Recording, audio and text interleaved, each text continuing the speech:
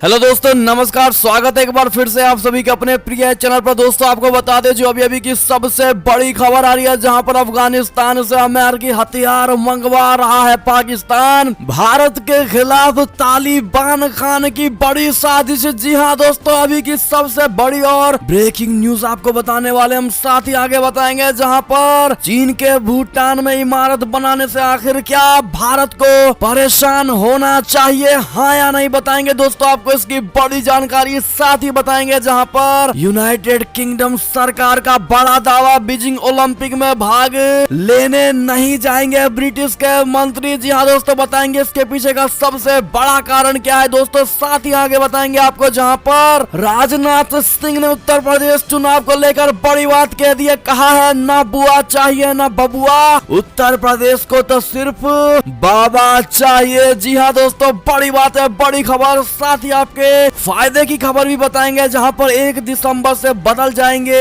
ये नियम और सस्ता हो सकता है एलपीजी सिलेंडर। जी हाँ दोस्तों, और शादी के इस सीजन में माहौल में सोना का भी रेट अब गिरने वाला है। दोस्तों आपको बताएंगे कितने कीमत चुकाने होंगे और कितने पैसे में आप सोने को खरीद पाएंगे, कितना सस्ता होगा सोना। दोस्तों हर तरह की खबर आज आपको बताने वाले हैं, इसीलिए बने रहिएगा वीडियो के अंत तक। और अभी खबरों में आगे बढ़ने से पहले हमेशा की तरह मानते हैं कि मोदी जी हैं तो हर चीज संभव है। भारतीय सेना है तो अपना देश गर्व से जी रहा है दोस्तों। और कोरोना के इस बढ़ते काल में फिर से डॉक्टर ही भारत के लिए सबसे बड़े रक्षक है। तो फटाफट से इस वीडियो को भी कर दीजिए लाइक, चैनल को कर दीजिए सब्सक्राइब, बेल आइकन दबाइए, साथ ही कमेंट बॉक्स में लिख दीजिएगा जय हिंद। जी हाँ दोस्तों, तो बढ़ते हैं पहली और सबसे बड़ी खबर की तरफ, जहां अफगानिस्तान से अमेरिकी हथियार मंगवा रहा है पाकिस्तान। क्या भारत के खिलाफ तालिबान खान की है ये बड़ी साजिश? बता दे, क्या तालिबान अमेरिकन हथियारों का सौदा पाकिस्तान के साथ कर चुका है? और क्या तालिबान ने अमेरिकी हथियारों को पाकिस्तान भेजना शुरू कर दिया है? ये सवाल इसलिए उठ रहे हैं दोस्तों क्योंकि अफगानिस्तान के कई पत्रकारों ने यह दावा किया है कि अमेरिका ने जिन हथियारों को अफगानिस्तान में ही छोड़ दिया था, अब उन हथियारों को तालिबान पाकिस्तान तक पहुंचा रहा है। आपको बता दें, अफगानिस्तान के पत्रकारों ने वीडियो ट्वीट करते हुए यह दावा किया है कि तालिबान ने अमेरिकी हथियारों की खेप पाकिस्तान भेजनी शुरू कर दी है। दोस्तों बाकायदा इसको लेकर वीडियो जारी किया गया है और उस वीडियो में बड़े बड़े ट्रकों पर हथियारों की खेप कहीं जाती दिखाई दे रही है। और अफगान पत्रकारों ने यह दावा किया है कि ये सभी हथियार अफगानिस्तान से पाकिस्तान की ओर भेजे जा रहे हैं। अफगान पत्रकारों का दावा है कि तालिबान के ज्यादातर नेता पाकिस्तान के पालतू हैं, लिहाजा अब वो हथियारों की खेप पाकिस्तान पहुंचा रहे हैं। हालांकि हम इस वीडियो की पुष्टि नहीं कर रहे हैं दोस्तों, लेकिन अफगान पत्रकारों के दावों में अगर ये सच्चाई है तो फिर ये भारत के लिए बड़े ही खतरे की घंटी है, क्योंकि ये अमेरिकी हथियार किन लोगों के हाथ में जा रहे हैं दोस्तों, वो इन हथियारों का क्या इस्तेमाल करेंगे इसकी कोई जानकारी अभी तक किसी के पास भी नहीं है दोस्तों। और आप इमेज में देख ही पा रहे होंगे कैसे बड़े बड़े ट्रकों पर ये बड़े बड़े हथियार लेकर जा रहे हैं, और ये हथियार कोई और नहीं अमेरिकी हथियार है। जी हाँ दोस्तों, ऐसे में भारत के लिए कहीं ना कहीं बहुत बड़े खतरे की घंटी है दोस्तों। इस पर आपकी क्या राय प्रतिक्रिया होगी, जवाब जरूर दीजिएगा। बात करें अगली खबर की, जहां पर चीन के भूटान में इमारत बनाने से क्या भारत को परेशान होना चाहिए, बता दें। डोकलाम पठार के भूटानी क्षेत्र में चीन के नई इमारतें बनाने के सबूतों के सामने आने से भारत असहज की स्थिति में है दोस्तों। भारत चीन के निर्माण को इस क्षेत्र पर चीन के दावों के मजबूत करने के तौर पर देखता है। चीन की सेना की गतिविधियों पर नजर रखने वाले एक वैश्विक शोधकर्ता ने ट्विटर पर 17 नवंबर को डोकलाम के पास भूटान और चीन के बीच विवादित क्षेत्र में चीन के निर्माण की सैटेलाइट तस्वीरें जारी की थी, और ये दावा किया गया था चीन ने विवादित क्षेत्र में यह निर्माण कार्य साल 2020-21 में किया है। चीन की 22,457 किलोमीटर लंबी सीमा 14 देशों से लगी हुई है, लेकिन सिर्फ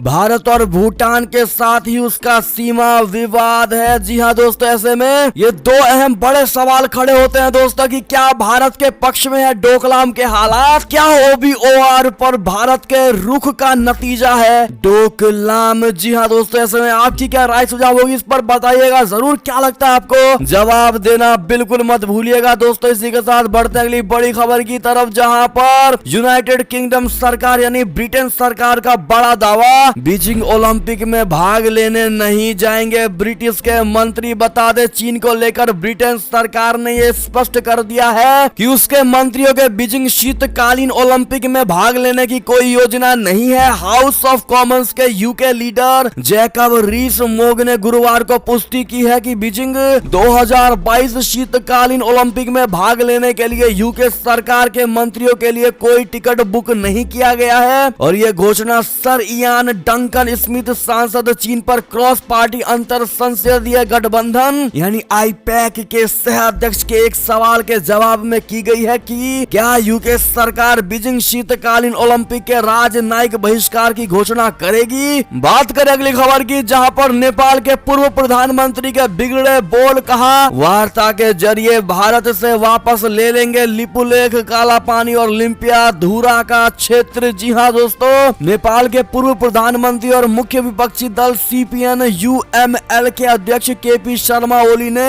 भारत से सीमा विवाद पर विवादित बयान दिया है। दोस्तों उन्होंने वादा किया है कि अगर उनकी पार्टी सत्ता में वापस लौटती है तो वो भारत से लिपुलेख, काला पानी और लिम्पिया धुरा के क्षेत्रों को वार्ता के जरिए वापस ले लेगी। लिपुलेख दर्रा काला पानी के पास एक सुदूर पश्चिमी बिंदु पर स्थित है और ये नेपाल और भारत के बीच एक विवादित सीमा क्षेत्र है। भारत और नेपाल दोनों काला पानी को अपने क्षेत्र के अभिन्न अंग के रूप में दावा करते हैं दोस्तों। और भारत उत्तराखंड के पिथौरागढ़ जिले के हिस्से के रूप में है और नेपाल धारचूला जिले के हिस्से के रूप में इस पर दावा करता है। ऐसे में दोस्तों ओली ने विश्वास जताया है कि सीपीएन यूएमएल अगले साल होने वाले आम चुनाव में सबसे बड़ी राजनीतिक ताकत के रूप में उभरेगी और भारत द्वारा उत्तराखंड में लिपुलेख दर्रे को धारचूला से जोड़ने वाली 80 किलोमीटर लंबी रणनीतिक रूप से महत्वपूर्ण सड़क 8 मई 2020 को खोले जाने के बाद द्विपक्षीय संबंध तनावपूर्ण हो गए थे। जी हाँ दोस्तों, ऐसे में इस नेपाल के पूर्व पीएम यानी कि केपी शर्मा ओली को क्या जवाब देना चाहेंगे दोस्तों आप लोग, जिस प्रकार से भारत के हिस्से यानी लिम्पिया धुरा, काला पानी और लिपुलेख को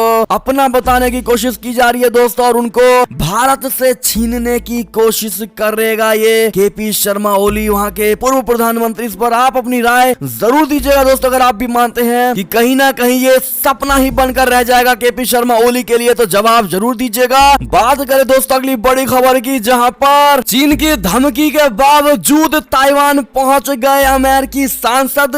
राष्ट्रपति साई इंग वेन से की मुलाकात। बता दे चीन की धमकियों के बावजूद भी अमेरिकी सांसदों का दल ताइवान पहुंचा और वो ताइवान के लिए अमेरिका के चट्टान की तरह मजबूत समर्थन की पुनः पुष्टि की है। और एक दिवसीय यात्रा पर अचानक यहाँ पहुंचे 5 अमेरिकी सांसदों ने इस दौरान स्वशासित द्वीप की राष्ट्रपति साई इंग वेन से शुक्रवार सुबह मुलाकात की। ताइवान में अमेरिका के दूतावास अमेरिकन इंस्टीट्यूट इन ताइवान यानी AIET ने बताया है कि अमेरिकी प्रतिनिधि सभा के द्विदलीय सांसदों का समूह बृहस्पतिवार रात ताइवान पहुंचा और उसकी साई समेत कई वरिष्ठ नेताओं से मुलाकात करने की योजनाएं हैं। जी हां दोस्तों, यात्रा के बारे में विस्तार से जानकारी मुहैया नहीं कराई गई है। अमेरिकी सांसद ऐसे समय में यात्रा पर आए हैं दोस्तों जब ताइवान और चीन के बीच तनाव अत्यधिक यानी कि दोस्तों ओवर लिमिट बढ़ गया और ऐसे में गृह युद्ध में 1949 में दोनों पक्षों के अलग होने के बाद से ताइवान में स्वशासन है, लेकिन चीन का कहना है कि यह द्वीप उसके अधिकार क्षेत्र में आता है। और ऐसे में अमेरिकी सांसदों के ताइवान पहुंचने पर फिर एक बार मिर्ची अवश्य लगी होगी चाइना को दोस्तों, क्योंकि चाइना ने धमकी दी थी कि अगर कोई बाहर का ताइवान में घुसपैठ करने की आने की कोशिश करता है तो उसके बुरे अंजाम होंगे, यानी कि आग से जो खेलेगा वो जल जाएगा। ऐसी ऐसी धमकियां दी गई थी दोस्तों, लेकिन इसके अपर भी और इसके बावजूद भी ताइवान पहुंच गए अमेरिकी सांसद। क्या कहेंगे दोस्तों आप लोग, क्या राय होगी आपकी, सुझाव जरूर दीजिएगा। बात करें अगली खबर की, जहां पर पाकिस्तान में आटे के पड़े लाले। पंजाब के अधिकांश जिलों में स्टॉक हो गया है खत्म। बता दें पाकिस्तान के आर्थिक हालात दिन ब दिन बिगड़ते जा रहे हैं। खाद्य पदार्थों की आसमान छू रही कीमतों के खिलाफ देश भर में हो रहे प्रदर्शनों के बीच पाकिस्तान एक नए संकट में घिर गया है दोस्तों। मीडिया रिपोर्ट के मुताबिक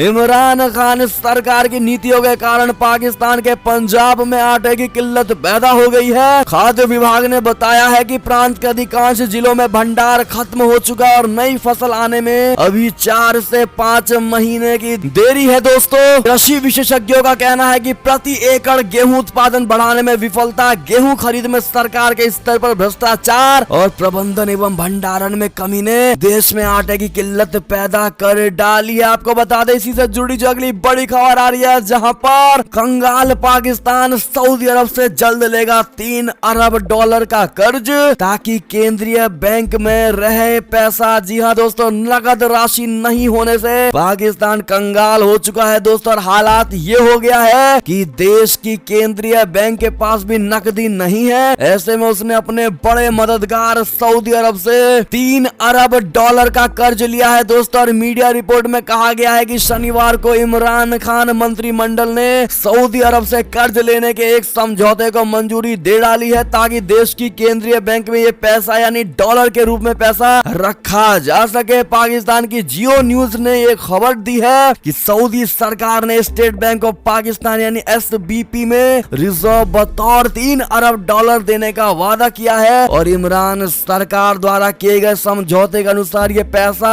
SBP के जमा खाते में 1 साल तक रहेगा। आपको बता दें अगले कुछ दिनों में मिलेगी $7 अरब की मदद। जी हाँ दोस्तों, लेकिन अभी तक ये मदद नहीं मिल पाई है सऊदी अरब की तरफ से। क्या कहेंगे दोस्तों आप लोग, क्या राय होगी इस कंगाल पाकिस्तान को लेकर जिन्होंने वहाँ के आवाम को भी कंगाल बना दिया है दोस्तों। और सबसे बड़ा कारण आप किसको मांगते हैं पाकिस्तान को कंगाल बनाने में, उस एक व्यक्ति का नाम जरूर लिखिएगा दोस्तों। देखते हैं किसका नाम लेती है भारत की जनता। बात करें दोस्तों अगली खबर की, जहाँ पर चीनियों ने तिब्बत के रोजगार बाजार पर किया कब्जा, नौकरियों के लिए भटक रहे हैं तिब्बती लोग। बता दे चीन के दबदबे के चलते तिब्बत में लोगों को रोजगार संकट का सामना करना पड़ रहा है। एक मीडिया रिपोर्ट में ये कहा गया है कि हान चीनी तिब्बत में नौकरी के बाजार में हावी हो रहे हैं दोस्तों, जिसका कारण स्थानीय विश्वविद्यालय के स्नातक रोजगार संकट का सामना कर रहे हैं। रेडियो फ्री एशिया ने तिब्बती स्रोतों का हवाला देते हुए बताया है कि राजधानी शहर लहासा में चीनी सरकारी कार्यालय को नौकरी के संकट और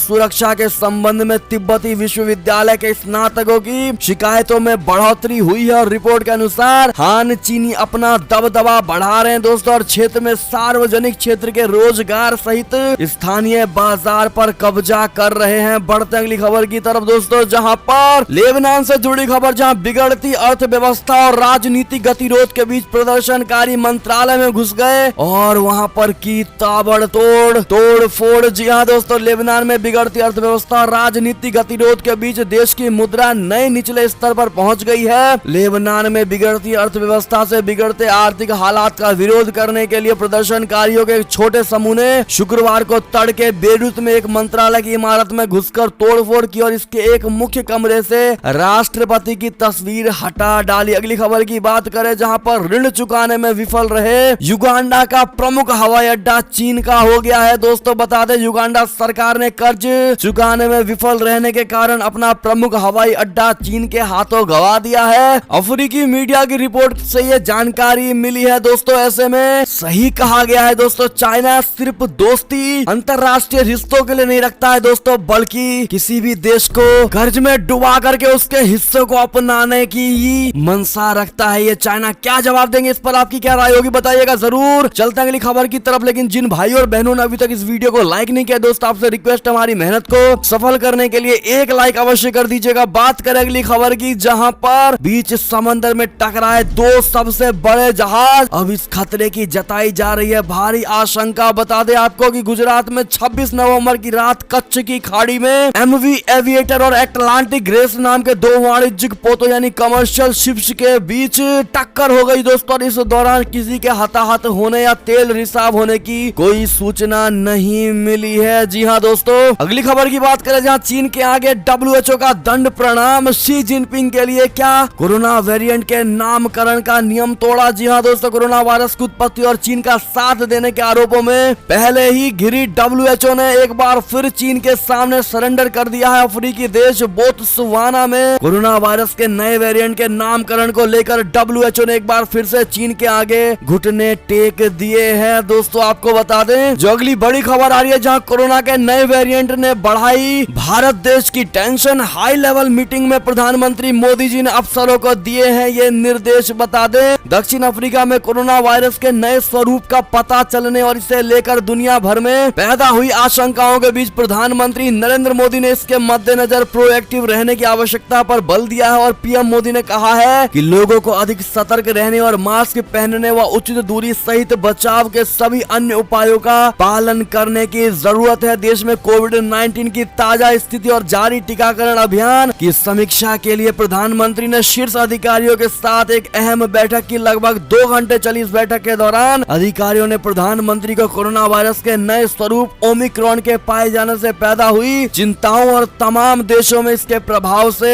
अवगत कराया है। दोस्तों ऐसे में आपको बता दें, जहां कोरोना का ओमिक्रॉन वेरिएंट दक्षिण अफ्रीका से आने वालों को मुंबई में किया जाएगा सबसे पहले क्वारंटाइन। जी हां दोस्तों, अगली खबर की बात करें, जहां खेल मंत्री अनुराग ठाकुर ने बीसीसीआई को दी चेतावनी, कहा टीम को साउथ अफ्रीका भेजने से पहले सरकार से करे बात। दरअसल खेल मंत्री अनुराग ठाकुर ने शनिवार को कहा है कि भारतीय क्रिकेट कंट्रोल बोर्ड यानी बीसीसीआई को अपनी क्रिकेट टीम को साउथ अफ्रीका भेजने से पहले सरकार से बात करनी चाहिए। जी हां दोस्तों, ऐसे में जो अगली खबर आ रही है, जहां अफ्रीकी क्रिकेटर की हाथ जोड़कर अपील, कहा हमारे यहां खेलने जरूर आए भारत। जी हां दोस्तों, कोरोना के नए वेरिएंट को लेकर दुनिया भर में जिस प्रकार से खलबली मची है, उसको लेकर साउथ अफ्रीका के इंटरनेशनल क्रिकेट खेल चुके फरहान बेहरदरीन ने भारतीय टीम से प्रार्थना की है कि वो उनके देश का दौरा अवश्य करें। उन्होंने ट्वीट पर लिखा है, दोस्तों आप देख पा रहे होंगे कि भारत के आगामी साउथ अफ्रीकी दौरे को लेकर मुझे उम्मीद है कि दुनिया का सबसे बड़ा क्रिकेट नेशन अगले महीने हमारे मुल्क का दौरा करेगी। दक्षिण अफ्रीकी खिलाड़ियों की भावी पीढ़ी को इससे पहले ही से कहीं अधिक आवश्यकता है और प्रणाम इंडिया। जी हाँ दोस्तों, आप देख पा रहे होंगे उनका ट्वीट।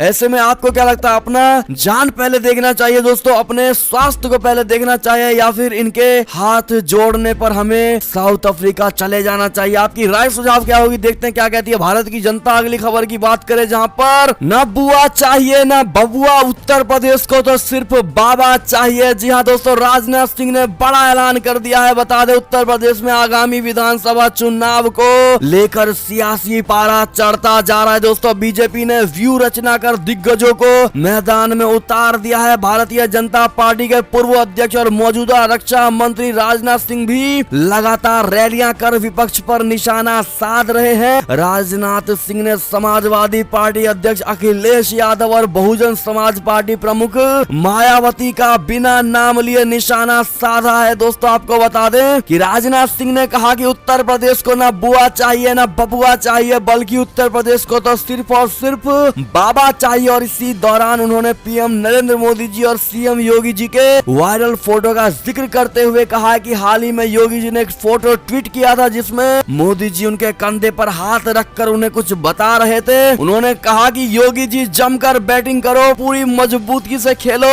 ना तो आपको कोई रिटायर्ड हर्ट कर सकता है और ना ही आप हिट विकेट होंगे। जी हाँ दोस्तों, राजनाथ सिंह ने सीएम योगी जी की जमकर तारीफ की। उन्होंने कहा कि 4.5 सालों में 15,000 किलोमीटर से अधिक सड़क का निर्माण हुआ है। अब तो प्रदेश के हर कोने से आधुनिक एक्सप्रेसवे भी जोड़ा जा रहा है। पूर्वांचल एक्सप्रेसवे पर फाइटर प्लेन उतर रहे हैं। साथ ही उन्होंने कहा कि कानून व्यवस्था को लेकर भी यूपी सरकार तारीफ के लायक है। जी हाँ दोस्तों, ऐसे में राजनाथ सिंह के इन बयानों को लेकर आपकी क्या राय सुझाव होगी, कमेंट में जरूर बताइएगा। अगली खबर की बात करें, जहां पर भाजपा का मंगल करेंगे प्रधानमंत्री नरेंद्र मोदी जी, तीसरी बार गोरखपुर से मांगेंगे जीत का आशीर्वाद। बता दें आपको, प्रधानमंत्री नरेंद्र मोदी जी 7 दिसंबर को तीसरी बार गोरखपुर जाएंगे। दोस्तों वे खाद कारखाना मैदान में जनसभा करके यूपी के साथ ही पूर्वांचल की जनता से जीत का आशीर्वाद मांगेंगे। खाद कारखाना एम्स व आरएमआरसी के 9 लैम्बो का लोकार्पण करके विकास के एजेंडे को धार भी देंगे। ऐसे में अगली खबर की बात करें, जहां दिल्ली के शिक्षा मंत्री का बड़ा ऐलान, इस तारीख से सभी क्लासेस के लिए दोबारा खुलेंगे स्कूल। दरअसल दिल्ली के डिप्टी सीएम और शिक्षा मंत्री मनीष सिसोदिया ने ट्वीट किया है कि दिल्ली के सभी स्कूल 29 नवंबर 2021 से सभी कक्षाओं के लिए फिर से खुलेंगे। आपको बता दें कि राजधानी में प्रदूषण की समस्या को देखते हुए दिल्ली सरकार ने सभी स्कूलों को बंद रखने का फैसला लिया था। जी हाँ दोस्तों, अगली खबर की बात करें, जहां पर जे नंद कुमार ने कहा कि संघ को दिखने लगी है पाकिस्तान व बांग्लादेश के भारत में विलय की किरणें। जी हाँ दोस्तों, राष्ट्रीय स्वयंसेवक संघ से जुड़े संगठन प्रज्ञा हटिया प्रवाह के राष्ट्रीय संयोजक जे नंद कुमार ने कहा है कि पाकिस्तान और बांग्लादेश में भी भारत के साथ मिलने का विचार आ रहा है। विलय का सूर्योदय भले नहीं हुआ है, लेकिन उदय से पहले वाली किरणें दिखने लगी है। वो दिन दूर नहीं जब भारत, पाकिस्तान, बांग्लादेश व श्रीलंका का एकीकरण पूरे विश्व के सामने आएगा। क्या कहेंगे दोस्तों इनके बयान को लेकर? आप अपनी राय अवश्य दीजिएगा। बात करें अगली बड़ी खबर की, जहां पर सीएम योगी जी ने कहा कि गन्ना और जिन्ना के बहाने विपक्ष पर बोला योगी जी ने हमला। कहा ये जो दंगाई है, जिन्ना के अनुयायी हैं, ये गन्ने की मिठास को आखिर क्या समझ पाएंगे? आपको बता दें, उत्तर प्रदेश के सीएम योगी आदित्यनाथ ने कहा है कि याद करिए जिन आतंकवादियों ने मर्यादा पुरुषोत्तम भगवान श्री राम की जन्मभूमि पर हमला किया,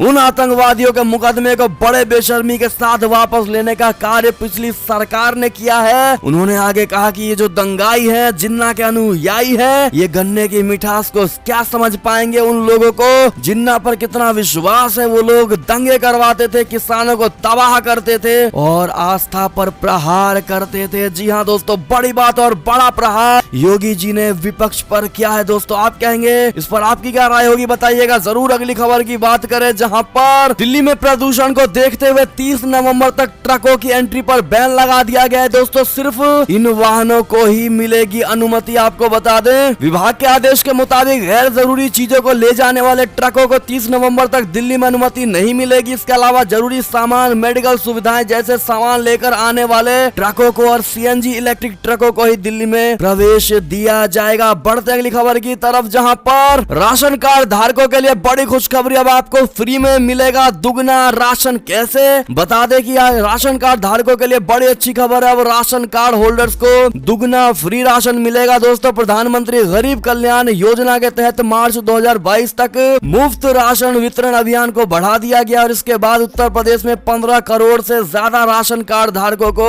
मुफ्त में दुगना राशन मिलेगा। केंद्र सरकार के गरीब कल्याण योजना की अवधि बढ़ने के बाद अब उत्तर प्रदेश के पात्र राशन कार्ड धारकों को हर महीने 10 किलोग्राम मुफ्त में राशन मिल सकेगी। दरअसल अब लाभार्थी महीने में 2 बार मुफ्त में गेहूं और चावल का फायदा उठा सकेंगे। इसके साथ ही फ्री में दाल खाने वाले तेल और नमक भी दिया जाएगा। दोस्तों ऐसे में ये बड़ी जानकारी थी दोस्तों आप सभी के लिए। साथ ही अगली खबर की बात करें, जहां 1 दिसंबर से बदल जाएंगे ये नियम, सस्ता हो सकता है एलपीजी सिलेंडर। दरअसल डिजिटल पेट्रोल की खुदरा बिक्री करने वाली सरकारी तेल कंपनियां हर महीने की पहली तारीख को एलपीजी सिलेंडर के दाम की समीक्षा करती है। कोरोना वायरस का नया वेरिएंट सामने आने के बाद के दाम में बड़ी गिरावट आई और इस शुक्रवार को ब्रेंट क्रूड के दाम में $10 प्रति बैरल की गिरावट दर्ज की गई है। दोस्तों ऐसे में ये उम्मीद जताई जा रही है कि 1 दिसंबर की समीक्षा में एलपीजी सिलेंडर के दाम कम किए जा सकते हैं। दोस्तों बात करें अगली खबर की, जहां पर 29 नवंबर से सस्ता सोना खरीदने का भारी मौका। बता दे कितने चुकाने होंगे आपको पैसे।